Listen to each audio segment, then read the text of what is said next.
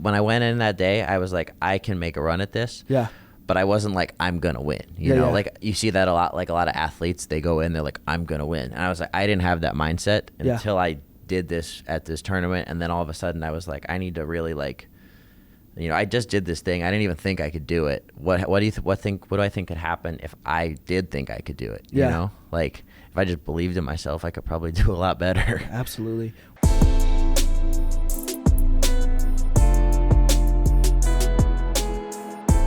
So we got Chris, and I'm chewing on here, so this is automatically going to go like down. We got Chris Wojcik? Wojcik. Yeah, Polish. So did I say that right?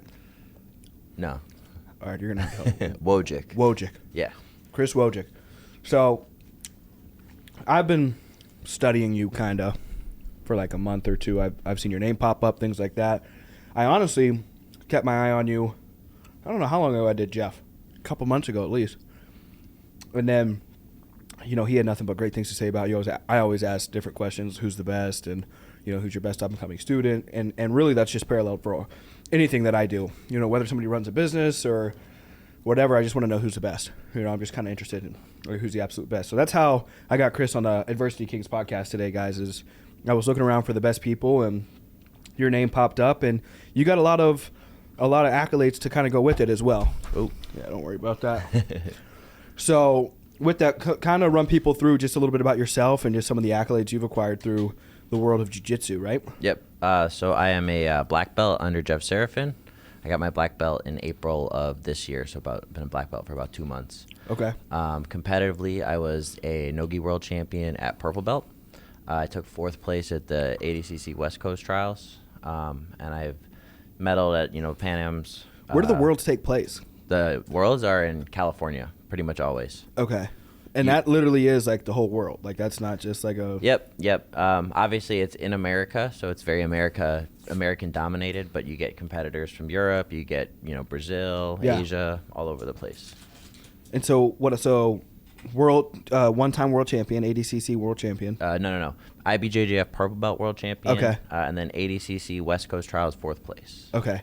So who would be like a champion in ADCC? So the ADCC champions from 2019, because that was the last ADCC, it was Tanquinho Augusto Mendez at 66. 77 was JT Torres. 88 was, I think, Mateus Diniz. 99, I forget who 99 was, and then plus 99 was Kynan. Oh, 99 was Gordon, of course, and then plus 99 was Kynan Duarte. Okay. Have you rolled with any of these guys? I have not rolled with any of the ADCC champions. No, I've rolled with Craig Jones. I've rolled with Nicky Rod, who are ADCC finalists. And then I've rolled with Dante Leon a bunch out of Toledo, who he's a ADCC 4th place finisher. And what's Dante's like gym style and upbringing? Dante, so he's Canadian. He trains out of a gym in Toledo right now. Toledo's like really close to Canada, so I think that's how he wound up there. And that gym is affiliated with the Pettigo Daisy Fresh guys. So their gym's kind of like, you know, tough, hard-nosed guys, like a lot of wrestling. Super tough guys. I go down and train there quite a bit. They have more like a wrestling style of jiu-jitsu then?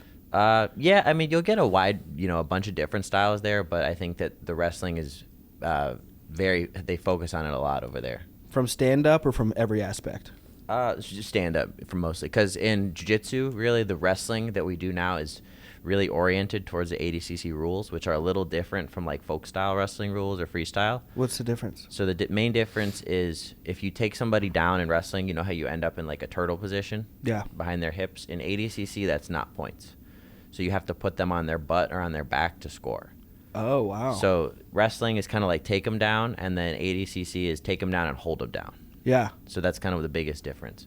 Wow. So the wrestling that we do for jiu-jitsu is very different from the wrestling you would do in... You can't slam, right, in jiu-jitsu? You can slam in ADCC. So you could pick up and... So you can't slam just to slam, but you can slam to escape submissions. So if somebody put you in an arm bar, you could pick them up and just...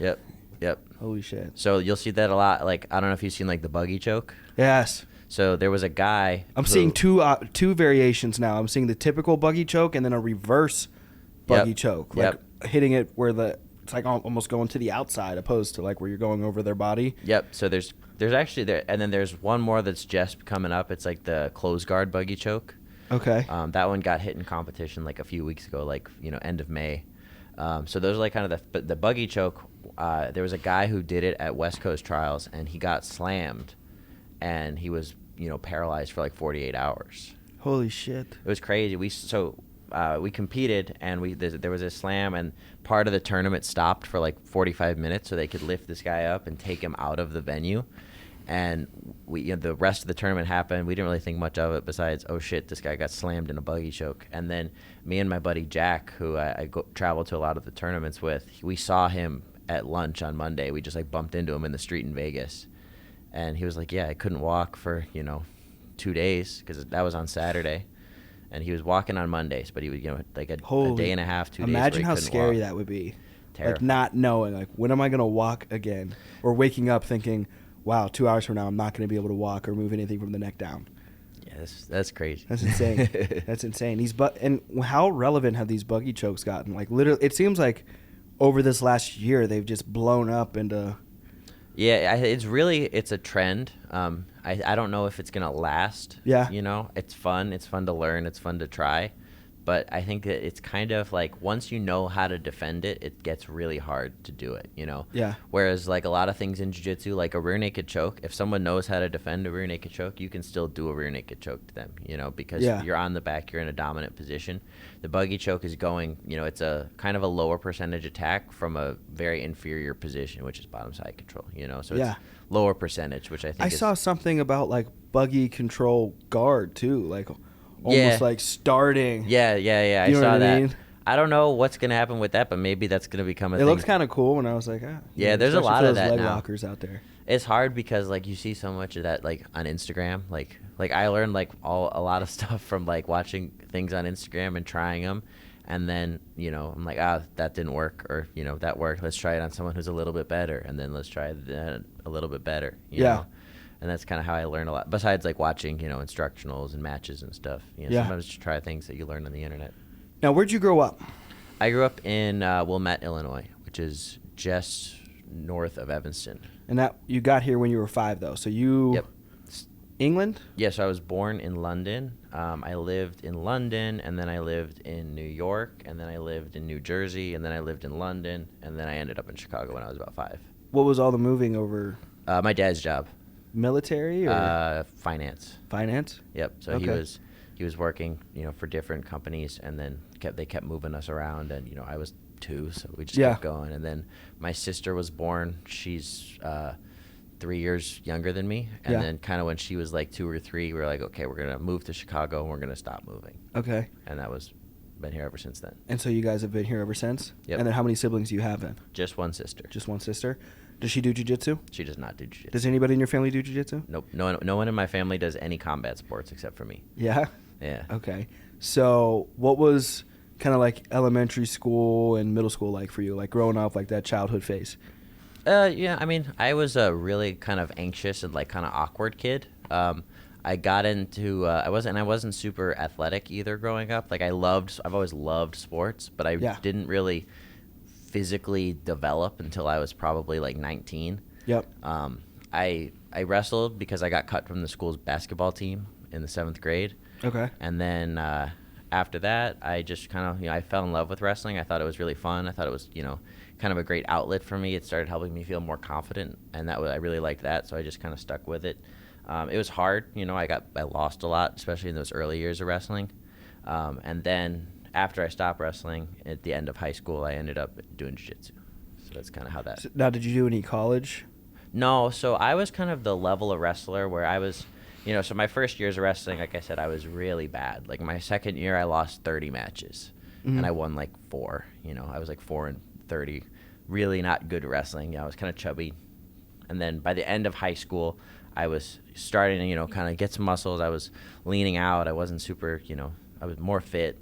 I had a winning record my senior year, but I was never like going to state. I was never, I made it to sectionals, so I got through the regional tournament. I made it to the sectional tournament. I won 2 matches, which was pretty solid, a good run.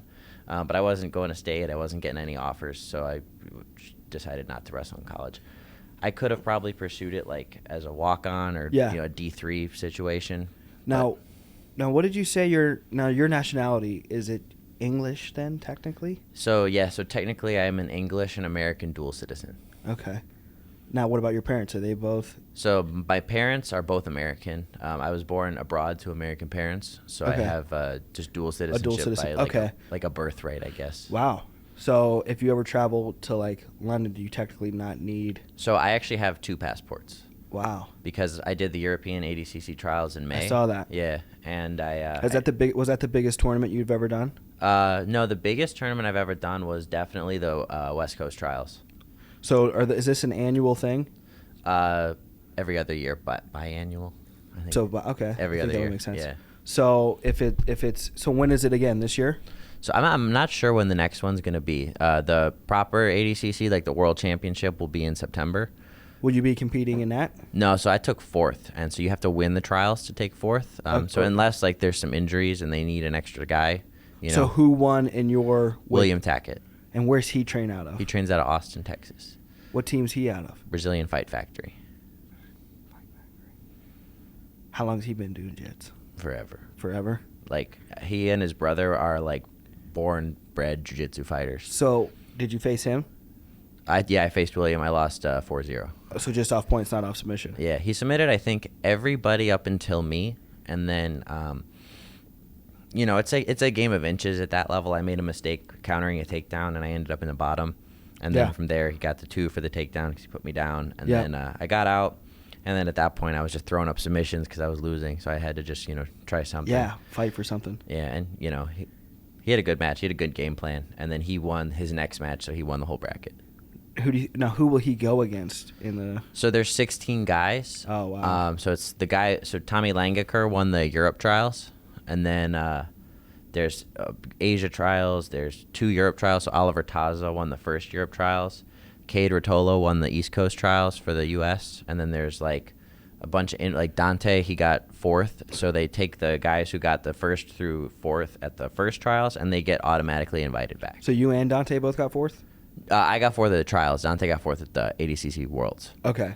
So who do you think will win in your weight division for the ADCC Worlds this year? So I think the favorite's JT Torres. So JT won 2017, and then he won 2019. And what camp is he out of? So he has his own school in not Boston, but somewhere in Massachusetts. Yeah.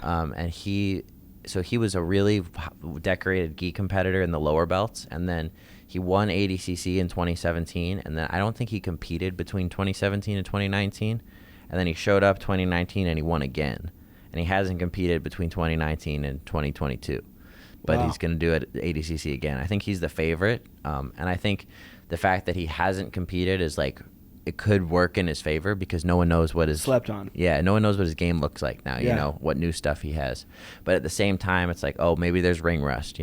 So that could be a factor as well. Because 3 years without competing, that's a long time. That is a long time. So back into you, though. Back into your school experience. What was middle school and getting into high school like for you? I mean, it was a pretty typical kind of American high school experience. Definitely like some bullies and stuff like that growing up. Wrestling really helped me with that kind of stuff. Yeah. And I was a pretty anxious kid, like I said, and wrestling really helped me with that a lot to deal with that, kind of like build confidence and stuff like that. And I was, because I wasn't super good at sports, I wasn't super fit, I wasn't really like good at anything when I was a kid. Yeah. And so I definitely had self-esteem issues when I was kind of younger, and so that like school, most of my challenges growing up in school were kind of like things that I struggled with because I was just like a little bit like. I was nowhere near where my potential, so I kind of struggled realizing that, Yeah. So as you're graduating high school, now you have an article on, you do a blog, right? Yes. So the blog you've been doing for about 2 years, it looks like? Yep, about 2 years. 2 years, and I was looking at your favorite topics and things like that, identifying mental health, and then being at a point at 18 where you were definitely not in the best mental position. Was that you, or was that you writing on someone else? No, that was me. So when I was about 18, I was still, I started jiu-jitsu, but like when you start jiu-jitsu, it's like, you're like, what am I doing? You show up every day and you get beat up. Yeah. So I was like, mentally, I was very like, I was kind of lost, I didn't know what I wanted to do with my life. I've never been like a great student. I've got ADHD, so I like don't sit still well. So I don't learn well in classrooms, and everybody else was learning in classrooms. And so I was like struggling with school. I wasn't really, I love sports, but I wasn't very good at sports when I was a kid. Yeah. And so I had this kind of period when I was about, 18, 19, where I was very depressed, very lost. Yeah. And then wrestling ended too, which had been like my thing. That was like, wrestling gave me like a purpose, like it didn't matter if I became a state champion in wrestling because I had that goal to be like a great wrestler, or the best wrestler I could be was kind of the goal. Yeah. And it was like, I trained every day, to do that. And then wrestling's done. And I was like, what the hell am I supposed to do now? Yeah. And then like a month later, I got into jiu-jitsu, and that helped a little bit. But at the same time, it was like, you show up to jiu-jitsu, you're like, I'm terrible. Yeah. So then over time, I started getting more into the competition, and the more I competed, I started doing well, and that really kind of gave me like another sense of purpose that was really helpful for my life.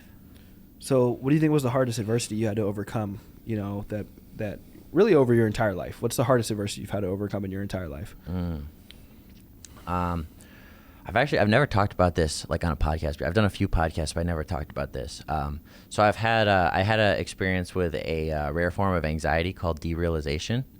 So basically what that is where your mind separates, like it disconnects from your body. So you feel like very foggy. It's kind of like being drunk. Yeah. Like all the time. Yeah. But you're not like, when you're drunk, you're like kind of stupid. You're not like that kind of drunk. You're like emotionally drunk. You're like distant from everybody. And so it's really difficult to connect to anything. And so when I was going through this period, it was like even jiu-jitsu stopped being fun for me. It was like nothing. I didn't feel like connected to anything in my life, and I wanted to, but like my brain had this like block. And so that was like a really difficult challenge for me to get through. That kind of made me, I was suicidal for a while when I was younger, because I was going through this period where I just felt super numb and super disconnected from everything. And it was just a really challenging time to get through. How did you get through it? So I worked with a therapist when I was 19, and I started going every week for a while. That helped a lot. I was dealing with an injury at the same time. So that was like, I was dealing with an injury. I was having a hard time in school. And then I had this episode with this anxiety, this like panic attacks and all this stuff. And, then I kind of started learning. And when I saw the therapist, I started learning how to deal with anxiety. I started studying philosophy a little bit, reading more. That's how I started writing, because writing helped me process everything. Like a lot of times when I write, it's like, other people read it, but I'm doing it so I can just process the thing that I experienced, whatever day that is. Yeah. And then, I started getting deeper into the kind of jiu-jitsu, and jiu-jitsu kind of gave me this like kind of thing to always look forward to. And I started to kind of, reconnect to my surroundings because I was working through the anxiety, and then I was going to jiu-jitsu and seeing my friends, so that kind of really helped me. And then I started competing more, started training more. And then I kind of just got so into like the jiu-jitsu, like so into what I was doing that like it wasn't like now I'm not, stuck in my head anymore. It was like, I just kind of realized like, hey, this isn't really as big of a problem as it used to be now. Yeah. Facts. I think people don't realize how important mental health is. I think to some extent mental health has always been, I feel like there's some level of consistency. I feel like it's just becoming more apparent in today's day and age. You know what I mean? I think we're more bold and more comfortable and confident in expressing ourselves and our minds and what's going on, but still I feel like it's not always handled correctly. I feel like especially in like the younger generations, when we just immediately get diagnosed with a mental illness, and then it's completely redirected to just some pharmaceutical solution of like, just put this in your body. You know what I mean? Which I'm not saying that stuff doesn't work. You know what I mean? Because I've dealt with mental health myself, and then I've had people close to me go through with the whole thing. You know what I mean? Like just end it. And identifying and seeing depression and not knowing what to do. And then I think it's so key because there's a lot of different aspects to mental health. There's the person going through it. Then there's the individual that, they might have one person they're very close to. So it's like maybe you're like, now you're indirectly wearing the weight of somebody's mental health, and now it's giving you some type of different aspect of it. Like, how do you deal with someone going through depression? How do you deal with it if you're going through the depression? And then how do you deal with suicide if somebody is suicidal, and then how do you deal with it now when someone goes through with that? You know what I mean? Like, because then you start to get into the blame game and wanting to assume responsibility. It's like, what could I have done more? You know what I mean? I know that's for me, like when my first month opening up my business, my best friend, you know what I mean? Basically a best friend to me, like he you know, went through with it, and I knew, you know what I mean? Like, just all day would not get out of bed, you know what I mean? Like, and not crying, you know what I mean? Like, not emotionally just empty, you know what I mean? And it's just, takes this Adderall, or you know what I mean? It was like, well, I think one thing too, it's like, especially like for guys, like depression presents itself very differently in guys. Yeah. You know, and like we don't, like when you see like a picture of depression, it's like someone just crying and eating Ben and Jerry's, and it's like that's not always what it looks like. Yeah. You know, absolutely. And I think that, you know, maybe the narrative is kind of warped a little bit, so that it, you know, are like, we're talking about it, but we're not having the right conversations a lot of the time. So what do you think are some key ways that if you had to help people to get through mental health and really just fight through it, what are things that you write or things that you found that can help people? Yeah, well, it's funny. I get like messages a lot of times from people, and I'm like, well, first of all, I'm not a mental health professional. This is just my ideas. Your experience. Yeah. So for me, things like that helped a lot. Exercise helps.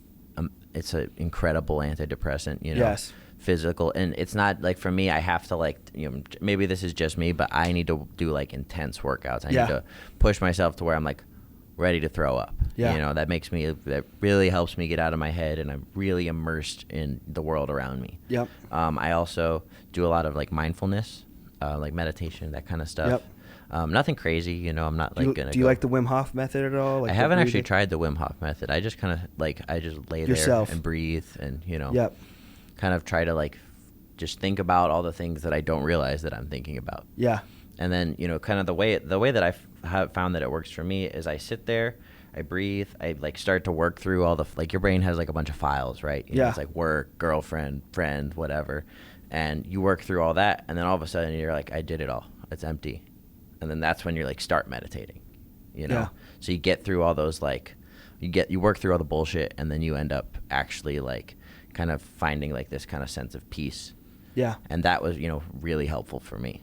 And then kind of, I guess the last thing is, and especially for me as like an athlete, this was really important. I do a lot of like visualization, you know, like trying to like, it's like, I can't win a world championship or do anything at a high level in jiu-jitsu if I haven't seen myself do it, you know? So like, I just like I've got an imagination, you know, use my imagination to like visualize myself doing things. Like, when I had this run at the ADCC trials in April, and I visualized that for 2 years. You know, I saw the ADCC trials in, you know, 2017. And I was watching that, and I was like, there was guys who were making runs and they were upsetting guys, and I was like, I'm gonna do that. And then I visualized it. I imagined myself doing it, and you know, eventually it happened. I'm not saying that it happened directly. Yeah, I'm big with, I start every day, that little notebook right down there beside you. I start every day with affirmations, you know what I mean? So I just write it down, visualize it, have a vision board over there, and I've done that 5 years, you know what I mean? And it's weird. It's like, not everything comes to fruition immediately, but I'm a believer, you know, I know, like, I listen to a lot of Rogan, and he's like, you know, affirmations and things like that, almost to the extent of like saying it's pointless. Because I think so many people try to like anchor themselves just solely in the affirmation, opposed to getting into the action. Yeah. Like you were saying, immersing yourself into those deep workouts where you literally are just so exhausted you want to die. You know what I mean? That applies to every area of your life. You know what I mean? Whether it's jiu-jitsu or art or, you know, making music, whatever it is. You know what I mean? It's not only having that vision, but accompanying that vision with a insane work ethic. Yeah. You know? You gotta visualize yourself do it. If you want to do anything like extraordinary or anything impressive, you have to visualize yourself doing it, but you also have to like get out there and do the fucking work. Yeah, absolutely. There's no other way around it. So what's your favorite memory in life so far? I think winning the 2019 Jiu-Jitsu World Championship at Purple Belt was a huge moment for me. That was just like, because that one I didn't think I could do it. You know, I was like, who'd you have to beat? So I beat the guy who won the no-gi pans. So they had pans like 2 months before the Worlds. I didn't go because I was in college at the time, and Worlds was like the week after the semester ended, so it was like perfect. And I this guy won the pans, and I had to beat him. What's the difference between the two? Honestly, the pans has a few less people. Worlds is a little just bigger. Okay. Besides that, it's a lot of the same guys do both. The medal says Worlds versus Pans. It's just different. But it's very similar. The Pans was in New York. This kid from TriStar, like Faraz Sahabi, that gym? No. GSP used to train there. Okay. I think maybe he still does. But this guy, Pierre, was one of the guys. He was the favorite. He was the number 1 seed. Yep. I had to fight him in the round of 16. I beat him, and then I won. I beat a guy from Poland in the finals. I beat a guy from Brazil in the semis. I beat a guy from Brazil in the quarters. I beat a guy who I actually used to train with in the semis. Wow. And that was a tough match because he knew what I was he knew my game, you know? And he was a really good guy. It was the semifinals of the Worlds, So absolutely. He's good. He just didn't fall there. Yeah, so that was a really tough bracket, and I managed to, I was like, when I went in that day, I was like, I can make a run at this. Yeah. But I wasn't like, I'm going to win. You know, like you see that a lot, like a lot of athletes, they go in, they're like, I'm going to win. And I was like, I didn't have that mindset until I did this at this tournament. And then all of a sudden I was like, I need to really I just did this thing. I didn't even think I could do it. What do I think could happen if I did think I could do it? You know, like if I just believed in myself, I could probably do a lot better. Absolutely. What's your favorite submission you've hit in a live competition? What's your favorite live moment? Yeah. Like, holy shit, I just did that. Let me think. I've hit this is a gi submission, but I hit a ninja choke. Okay. Which is where you feed the lapel into your mouth and you wrap it around their neck. Yeah. That was a cool one. I hit that at the Chicago Open last year. That sounds insane. Yeah, that was tricky. I hit a really cool arm bar at the ADCC trials from 50-50. That's kind of a lower percentage arm bar. My opponent grabbed my head and I just grabbed it and ripped it over. And I just ripped it super hard, and I was like, hopefully it works. And he tapped, and that was really cool. Yeah. I felt pretty fired up after that one. Yeah. That's sweet. What's the scariest injury you've seen? Maybe the buggy choke? The buggy choke to the neck injury was pretty scary. Yeah. I've been lucky. I've had a few bumps and bruises over the years. I've had, hurt my back, hurt my shoulders. I had knee surgery. We were talking about that earlier. Yep. But I haven't had anything crazy, you know, knock on wood. I'm good so far. What about that you've seen though? That buggy choke was really fucking scary. Yeah. Anything spinal is scary. Yeah, absolutely. I see knees a lot. I had a rib injury that was bad. Ribs are bad too because they hurt a lot, and it's bad. Near all the important stuff. From knee on belly? No, it was I was rolling over really hard. I had a guy on my back and I was trying to escape, and so I rolled really hard and I just popped. I think Jeff was telling me that he can't do a certain Kimura or something. Yeah, Jeff. Because his shit was fucked up. He tore his abs. Yeah. And that's scary. Anything in here. Yeah. And then anything spinal is scary. Yeah. I've seen a lot of blown out knees and stuff, and that sucks, because it's a long recovery. Oh my God. But it's not you're not gonna die from a torn ACL. Yeah, because I think he said he could have gone septic or something from his torn abs. Yeah. I forget what he said. Fucking scary. It sounded nuts. And then he was Jeff's a savage. He was still training. Well, he was explaining to me the Jiu Jitsu style back in the day, no arm bar, no. I don't know what the terminology that he used. No holds barred. No holds barred. Yeah. And basically anything goes. Well, yeah, that's a different environment. It's funny, because Jeff's such a nice guy. You talk to him. A lot of people don't understand. He's got this early 2000s MMA grit. Yes. When we were training, one of the deadliest people out there. We were training a few weeks ago, and we're wrestling and pummeling, and I swum in for an underhook, and he defended, and he whacked his eye super bad, and he he was on the floor. And then 10 minutes later, he gets up. He's like, that's the worst pain I felt in 10 years. And then he's back training. It's he's just super tough. One of the toughest people I've ever trained with. I couldn't even imagine, because I think of jiu-jitsu gnarly now, but just 10xing that. You know what I mean? Just guys getting fish hooked or something. You know what I mean? Just what the hell is going on? Yeah, or have you ever seen a twister? Yes. It's like a spine lock. That's scary. Omar hit me with a twister. Really? Yeah. Like one of my first times rolling with him. Like I just like met the guy and I was like, I think I'm getting put in a twister because I was like, I was like, this is definitely a fucking twist. You know what I mean? So I'm like twisted up because I'm from Little Rock, Arkansas. Okay. And the first time I saw a twister was watching Bryce Mitchell. Okay. In the UFC hit a twister. Yeah. And you know what I'm talking about. So I was like, that's fucking sweet. And I get like cranked out by. And he's got some sick moves too. Yeah, that stuff. Anything spinal scares me. Yeah, absolutely. So what's the future vision for you? What's your next 5 years look like? So I'm definitely just competing, training as much as I can. Yep. I'm probably going to be relocating in the next 6 months or so. Yeah. Somewhere just where I can, kind of take my training to the next level. Yeah. And then I kind of want to be in like an environment where I'm like, it's everybody's like me, Yeah. Everybody's pushing as much as I am. I heard that you can't get into like Donna Hare's gym unless you're like a really good purple belt, like good stats. I don't know too much about that. If you're not allowed to come train there. Is that true? I'm not. It's exclusive. Have you met gyms like that though? I could see that. Yeah, I mean, there's a lot more gyms like that are popping up. It's just as the level rises, it's kind of becoming more of like, it's not really a gym. It's it's a training center. It's like a professional environment. Yeah, like American Top Team. Yeah, something like that. Yeah. And so, next 5 years for me, it's like keep training, keep competing. I'm thinking I probably got 10 more years where I can compete at a really high level. I'll be 25 in August. Some of these guys compete at 40. Yeah. So, I got I'm hoping at least 10 years where I can keep doing this. And then I write a lot, so that kind of, I do my blog, and then the blog kind of helps me get gigs for writing, and that's kind of, my other. So I've got 2 careers going on simultaneously, and so just kind of keep doing what I'm doing. I'm really lucky that everything I do I love doing. So it's I love training, I love competing, I love teaching, I love writing. So I get to do everything that I love. You feel like day. People can monetize what they love doing? Like, do you think we always tell people it's like find something you love doing and you'll never work a day in your life? But is it in today's day and age we have to be a little realistic too? Can you always do what you love to do, or do you have to work up to it? I think that not everybody has the personality to monetize what they love doing. I think some people love doing things, but they shouldn't monetize them.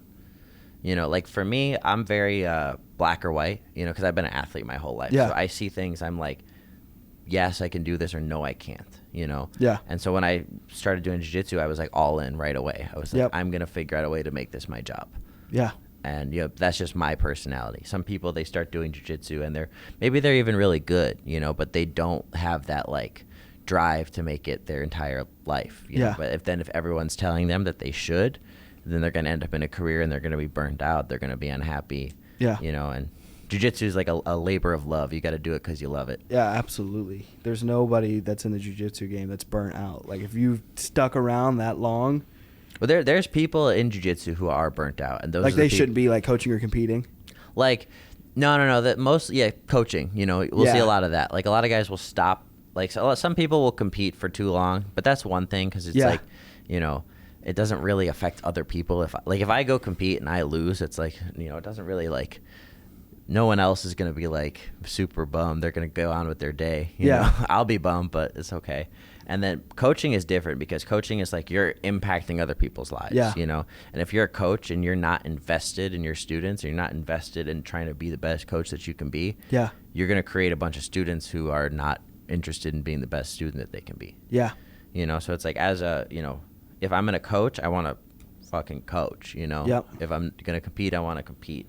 Could you see yourself ever running your own gym? Probably down the line. Yeah. Obviously I'll have to see kind of where I'm at, when the competition career kind of starts to settle down and when I find kind of a more permanent, because for me, everything's been kind of my life has been kind of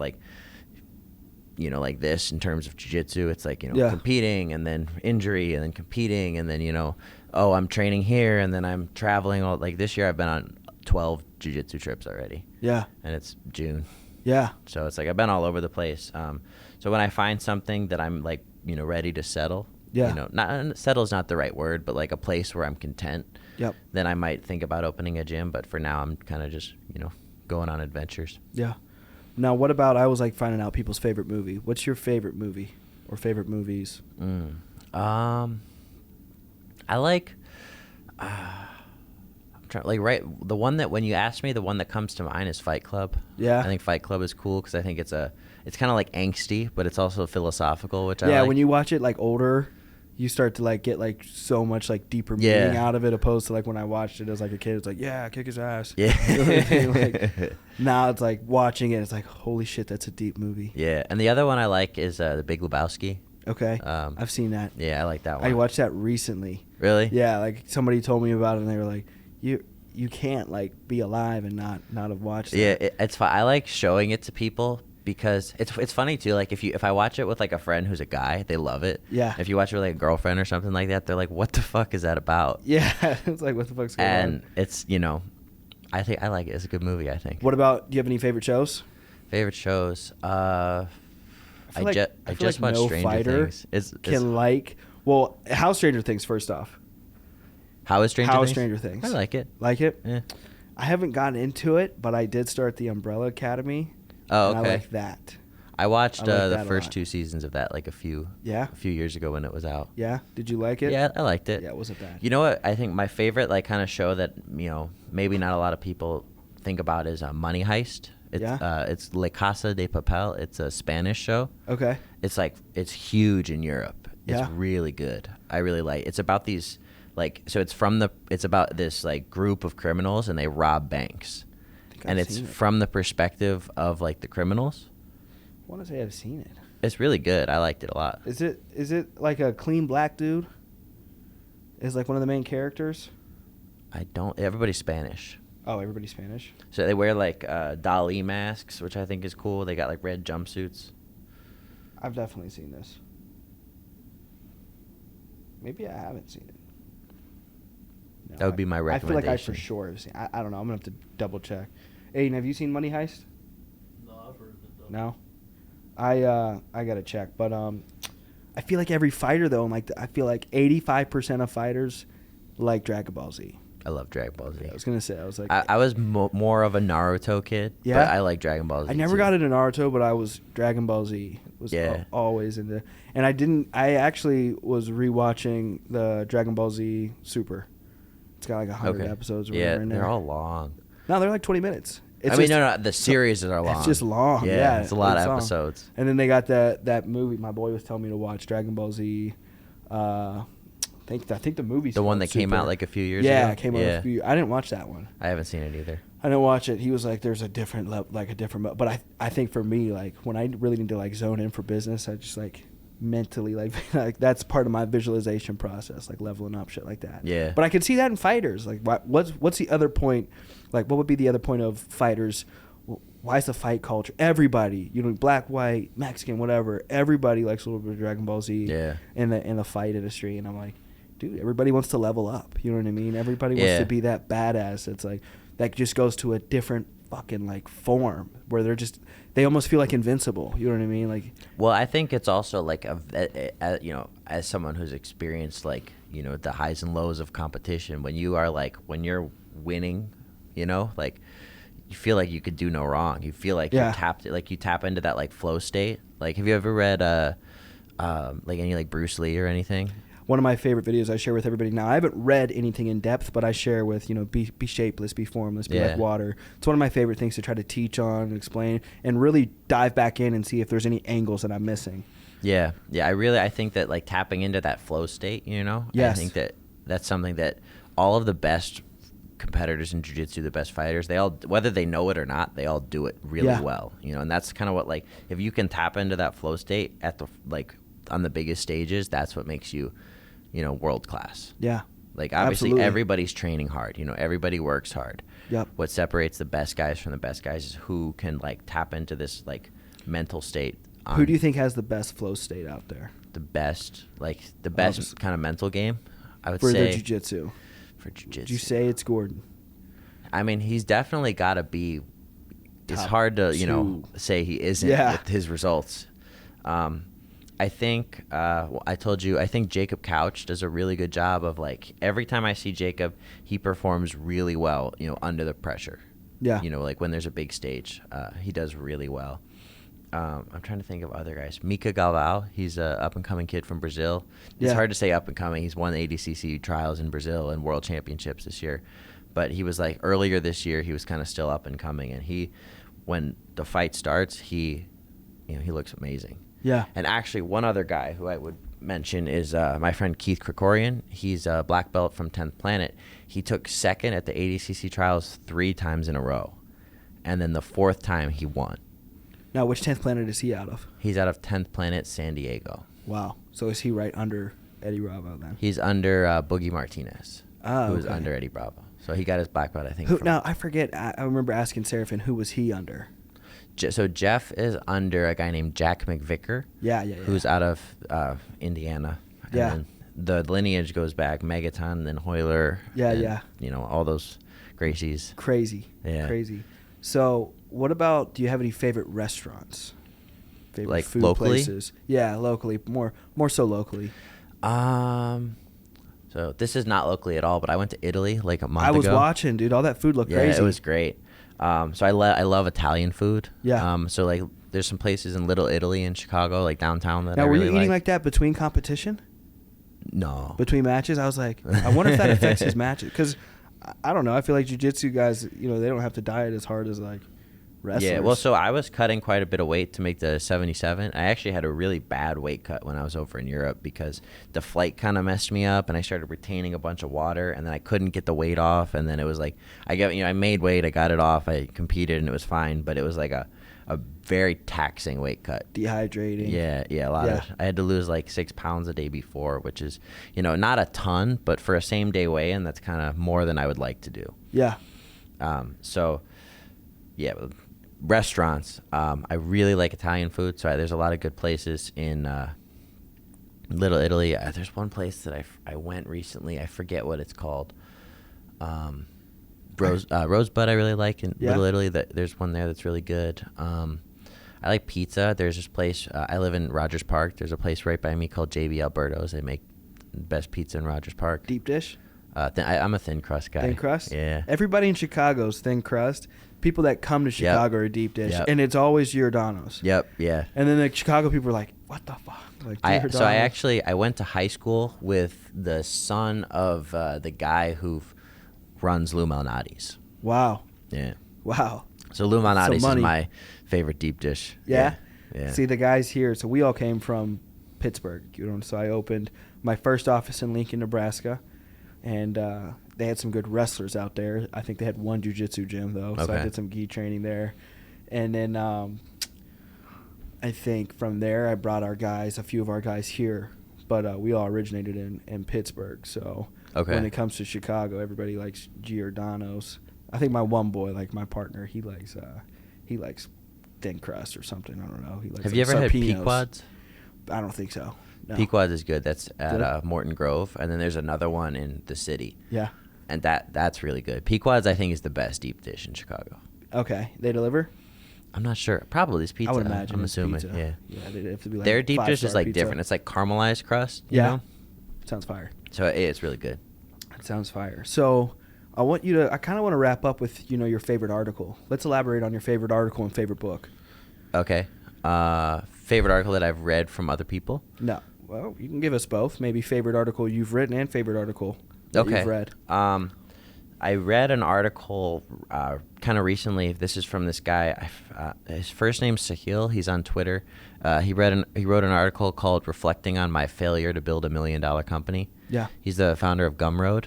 Okay. And so the article is $1 billion company. Okay. And because Gumroad is pretty big, it's like $1 million, multi-million-dollar company. It's definitely a success. But when he set out to make the company, it was a failure. And so the article is kind of about like learning to be like, you're going to be unhappy until you get what you want. Yeah. So you have to kind of like accept that. Yeah. So maybe, learning to work with kind of your goals and your limits. Yeah. And working together. And I thought that was a Stoicism really good article. teaches that so well. Yep. Just contentment, but avoiding complacency. Mm-hmm. It's finding the balance between the two, like that flow state, but applying it to your life. Yeah. Like, how can I be grateful for what I have today, but simultaneously pursue for a better future? Yeah. You know what I mean? I agree. Now, what about your favorite article? My favorite article that I've written, I wrote an article that performed really well last year called "This is Why You Should Work Below Your Limits."